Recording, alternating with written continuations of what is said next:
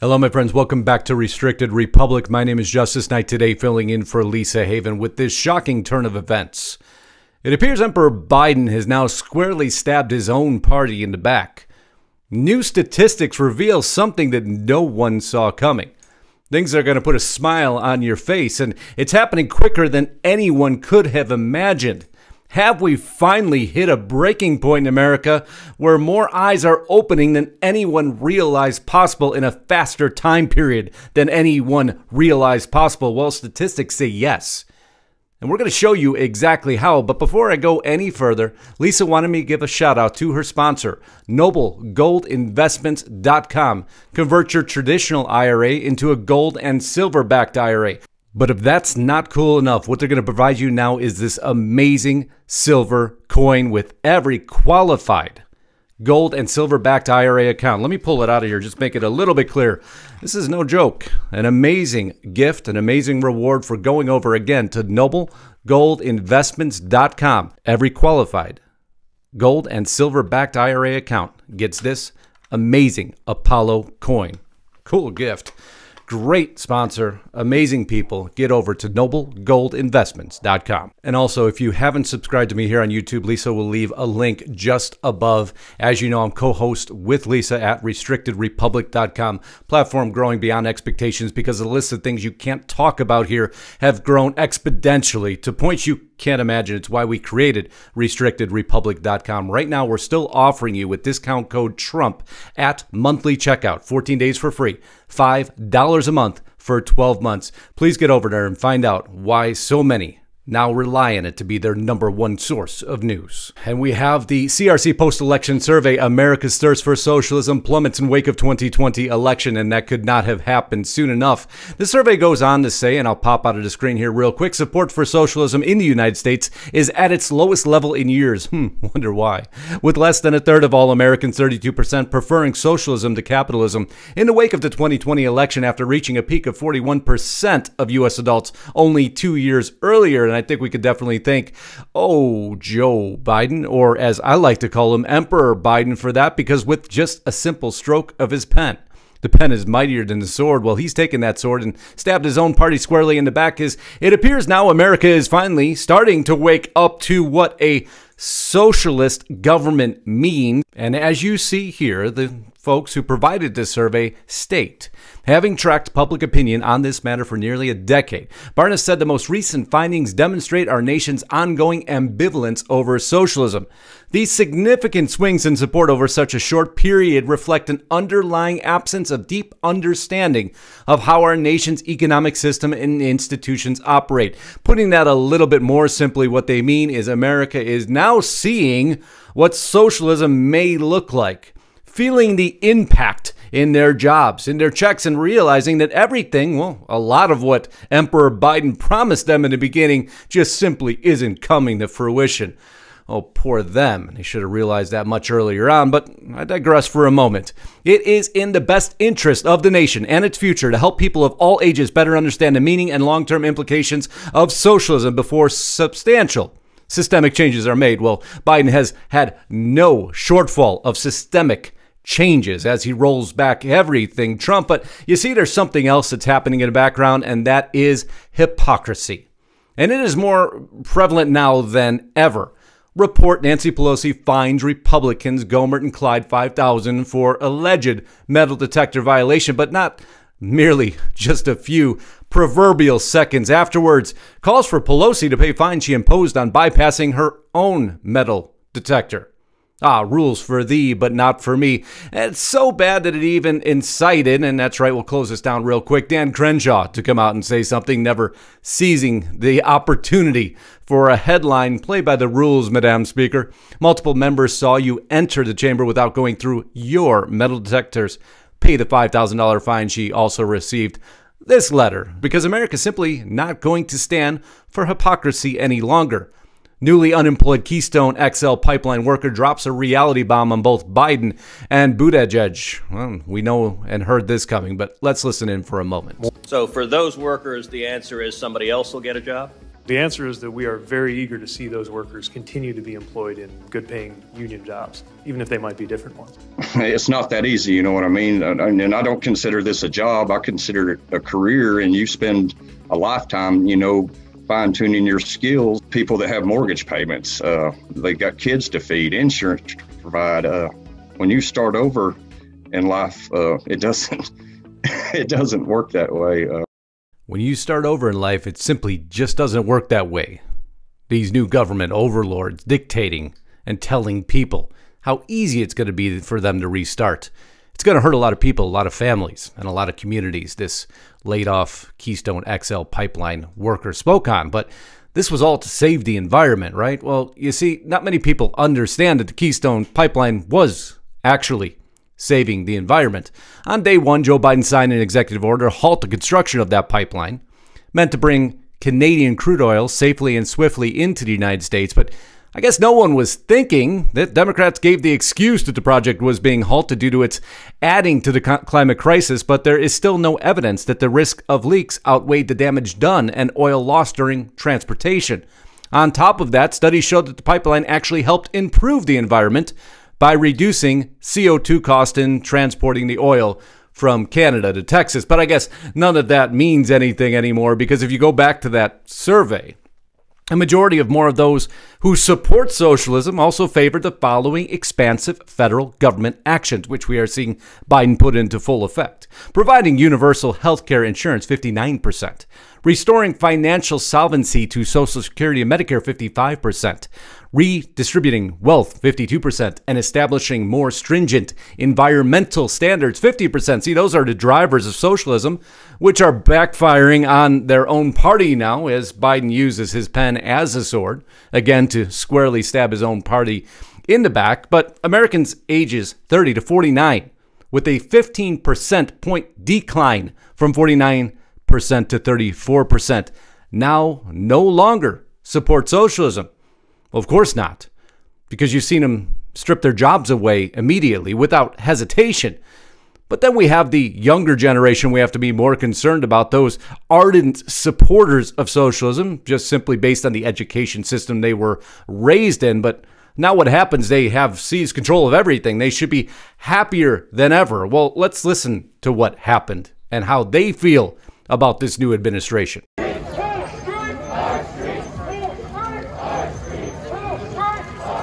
That's right. Whose streets are streets? Well, weren't you already handed everything? But obviously that's still not enough.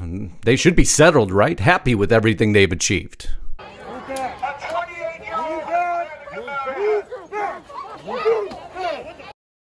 You're gonna go to jail. Move back. Move back. Move back. Move back and go to jail. Move back. Move back. Nice, peaceful, happy, no issues whatsoever. Everything's just wonderful, hunky-dory for the Biden administration, right?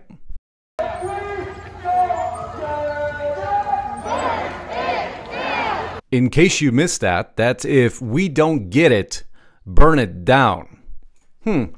Where's the National Guard? Where's everybody else? This is in D.C. happening before their very eyes, but mainstream media, the corporate media structure, entirely silent on this event, aren't they? So as you just saw, even those most ardent supporters of socialism, according to the findings, the same survey again, young Americans under 30 continue to show the highest support for socialism of any age group. However, even those within that screen, their support dipped from 48% to 43%. Now, one thing this survey is understating is this is the hardest age group to get control of. It's been the hardest age group to shift and open their eyes to what socialism is. But now to even see that small shift down shows that Biden is failing or succeeding, depending on your viewpoint. In my opinion, for right now, keep going, Biden. Keep opening their eyes, because obviously nothing got through to them before, but now that's all changing. Because your squad, the squad members of Presley, says she's shocked at lowering voting age to 16 is a polarizing issue. This is, of course, revolving around H.R. 1, as we've covered. Well, why do they want to lower that voting age down to 16? Because, as I just showed you, They know where their highest level of support is. So the faster and quicker we educate the younger generation and they continue to see what Biden's doing, the less likely we will be as a republic to become a socialist nation. Because the hypocrisy is so readily apparent now, it's impossible to hide. Did you know in Wisconsin, and as you see here on this tweet, the assembly voted 52-42 to end the governor's emergency order, which includes the statewide mask mandate, which takes effect tomorrow. Well, at time of this publishing, they removed it. They struck it down. But what did the governor do? Another emperor supporter breaking. Governor Evers just issued a new health order mandating masks just about an hour after the assembly voted to repeal it. You see, the emperors are taking over. It is no longer we the people or those who we voted to represent us. Even when they vote against something, it's immediately turned down and turned over. But maybe you see the great part about the Biden administration, if you had to pull a great part out, is the fact that they can't slow down. They are so into the idolatry of themselves that America can't help but to look away anymore. Did you see the newest monument that went up in front of the Washington Monument? That's right, that's not cropped in. That actually appeared. Let me zoom in a little bit just so you can see it. Get myself out of the way. That's Kamala Harris's shattered glass overlooking the Washington Monument. You see, when you play us out to be like the Hunger Games and this imagery appearing everywhere, well, thankfully, it appears that America's waking up to this I'm actually at a loss for words. I'm at a loss for words to what's happening right now. And that's rare for me to be at a loss of words. But, well, Biden, not only at a loss for words, but an inability to put words together. Let's listen to what he has to say. To Washington, those $2,000 checks will go out the door. We will be able to pass $2,000 stimulus checks for the people next week. We'll deliver the $2,000 stimulus checks. And that begins with the $2,000 stimulus. They will make decisions about whether we give people a $2,000 check. Getting people the $2,000 in relief, direct payment. Congress should pass. It was really hard to miss all those promises, right? It should be easy. America loves you for that, don't they?